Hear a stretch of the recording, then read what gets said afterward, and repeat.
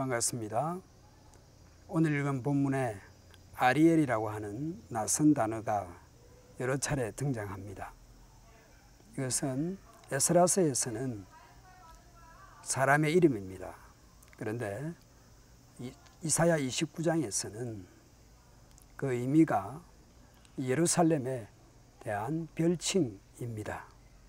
오늘 본문 1절부터 4절에서 아리엘 즉 예루살렘을 치시겠다고 말씀합니다. 아리라고 불리던 그 예루살렘을 하나님께서 치시겠다. 내가 너 아리엘을 포위하고 치겠다.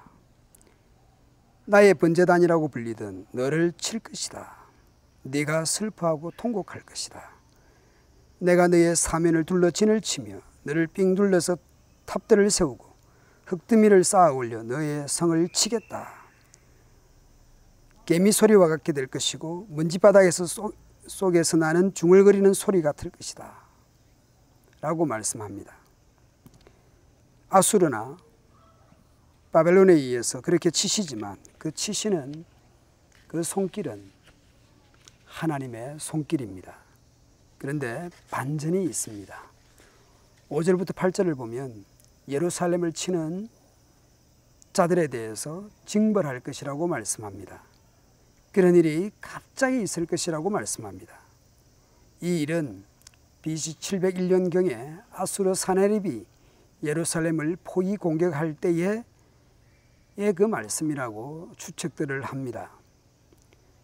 너를 친 원수의 무리는 가는 먼지처럼 되어 날아가며 그 잔인한 무리는 겨처럼 흩날릴 것이다. 갑자기 예기치 못한 순간에 그렇게 된다. 만군의 주께서 너를 찾아오시되 천둥과 지진과 큰 소리를 내시며 해오리 바람과 폭풍과 태워버리는 불길로 찾아오실 것이다. 아리엘을 치는 모든 나라의 무리와 그의 요새들을 공격하여 그를 괴롭히는 자들 모두가 마치 꿈꾸는 것처럼 헛수고를 할 것이다. 1절부터 8절에 이 외적의 포위와 갑작스럽게 물러가는 것을 경험합니다. 그런데도 여전히 예루살렘은 완악합니다.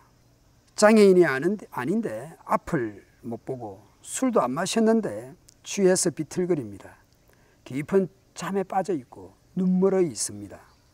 그러니 하나님의 묵시, 하나님의 말씀에 대해서 보거나 읽거나 할 수 없습니다. 마치 밀봉된 들처럼 되고 말 것이라고 말씀합니다. 왜 이렇게 되는가? 왜 이렇게 하시는가? 오늘 본문 13절 14절에 보면 주께서 말씀하신다. 이 백성이 입으로는 나를 가까이 하고 입술로는 나를 영화롭게 하지만 그 마음으로는 나를 멀리하고 있다. 그들이 나를 경외한다는 말은 다만 들은 말을 흉내내는 것뿐이다. 입으로는 말로는 말이사 하나님을 경외한다고 말합니다. 겉으로 보면 하나님의 사람이고 하나님의 백성이고 하나님을 예배하고 있습니다. 입술로 하는 그 내용들은 겉으로는 완전히 하나님의 백성입니다. 그런데 그 입으로 하는 것, 겉으로 하는 것과 실제 그 마음 중심은 다르다라는 것입니다. 우리도 다른 사람이 말만 번지르하게 하는 그런 사람 싫어하잖아요. 정말 진심을 담고 있는지 그걸 중요하게 생각하잖아요. 겉으로 하는 것인지 마음을 담아서 하는 것인지 중요하게 생각합니다.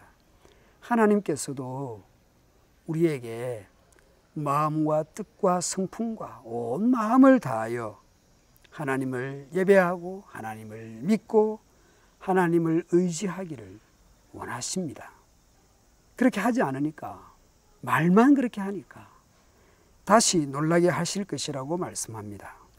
말씀드렸듯이 오늘 본문 1절부터 8절의 그 내용이 실제 BC 701년경에 아수르 사네립의 침략과 또 포위, 그러다가 갑자기 그 포위가 풀리고 예루살렘이 살아남게 되었던 사건이라고 또 그것으로 추측한다고 말씀드렸습니다.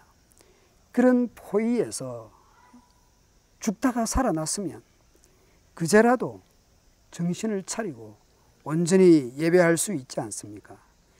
기적적으로 살아남게 되었으면 앞으로는 달라야 되겠죠.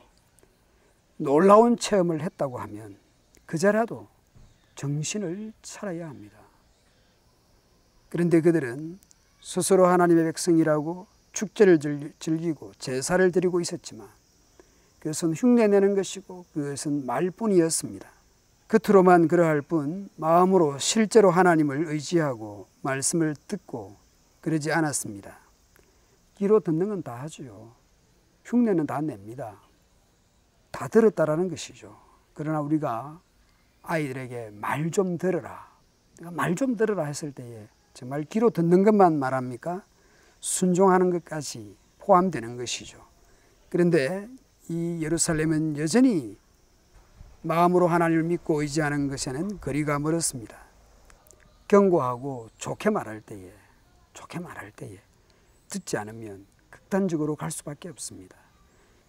북이스라엘이 멸망하는 것을 직접 목격하고도 자기들도 예루살렘이 포위되어서 풍전등화와 같은 그런 정말 갑자기 포위가 풀려서 살아남게 되는 그런 놀라운 체험과 경험을 하고도 돌이키지 않으니 더 강력한 매로서 하나님께서 다스리게 될 것입니다.